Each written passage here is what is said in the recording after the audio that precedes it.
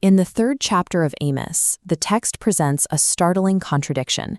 Speaking to the nation of Israel, God states, "You only have I known of all the families of the earth. Therefore, I will punish you for all your sins." In this legal context, divine knowing justifies total destruction. While modern readers might associate the term with intimacy or protection, the prophet uses the word as a formal trigger for judgment. This landscape shows the territory of 8th century BC Israel and Judah.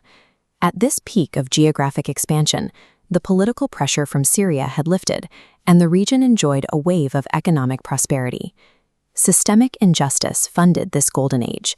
The elite built mansions adorned with ivory and feasted on luxuries while financing their lifestyles by selling the needy for silver and the poor for a pair of sandals.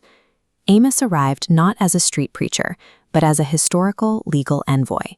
His role was to document specific violations of a formal agreement. The Book of Amos functions as the enforcement of an ancient, binding legal contract. Its message relies entirely on the cold logic of treaty law. This topographical map of the 8th century Levant illustrates Amos's opening rhetorical strategy. To secure the agreement of a hostile audience, he begins by pronouncing judgment on their external enemies. He first identifies the crimes of foreign rival nations, Damascus, Gaza, and Tyre. He then pivots to Israel's cousin nations, Edom, Ammon, and Moab. Each pronouncement draws the perimeter of guilt closer to the center. Next comes a condemnation of the southern brother nation, Judah. By affirming the guilt of a sister state, Amos bypasses Israel's internal defenses. The geographic sequence reaches its climax. The prophetic hammer finally falls on the prosperous center, the northern kingdom of Israel. Amos methodically secured the audience's legal agreement on the guilt of their neighbors before triggering the trap on their own contractual violations. This graphic breaks down the covenant lawsuit, a legal framework utilized across the ancient Near East. Phase 1 is the accusation. Amos indicts Israel for social, moral, and religious breaches, specifically the oppression of the poor and profaning holy names. Phase 2 is the recital of gracious acts. Here, the suzerain establishes his historical faithfulness to the treaty, reminding the vassal that he destroyed the Amorites and let them out of Egypt. Phase 3 documents the rejection of warning. It records how the vassals silenced warnings, commanding prophets not to prophesy and making Nazarites break vows. This triggers Phase 4, the sentence. This doom is the unavoidable legal consequence of the evidence. These declarations constitute the systematic filing of a standardized legal document against a rebel state. Comparative linguistics from the ancient Near East provides context to resolve the paradox of Amos 3:2. This cuneiform script from ancient clay tablets belongs to the highly formalized legal world of Hittite and Akkadian international treaties. In the diplomatic vocabulary of these empires, words like love, serve, and know functioned as technical legal terms with specific obligations. This diagram compares the Hebrew word yada, to know, with its Hittite and Akkadian equivalents.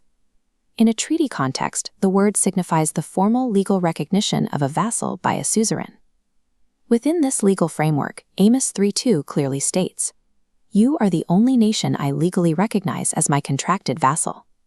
Because Israel is the only nation formally under contract, the penalty clauses for breach of that contract are legally mandatory.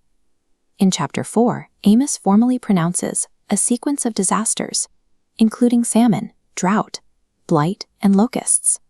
Throughout this sequence, the text repeats a chilling refrain, "Yet you have not returned to me."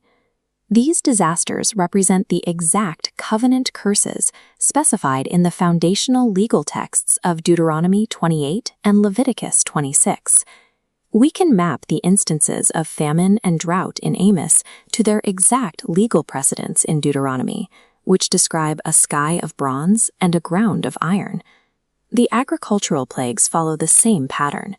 The specific phrasing regarding blight, mildew, and locusts traces directly to the earlier treaty stipulations. The prophet acts as an executor, pulling the levers of a legally binding contract that the nation originally ratified. This prosecution culminates in the climax of Amos 4:12. "Therefore, this is what I will do to you. Prepare to meet your God." The original Hebrew provides an incomplete sentence. never specifying exactly what God will do. Amos provides no specifics because the audience already knew the terms of the treaty.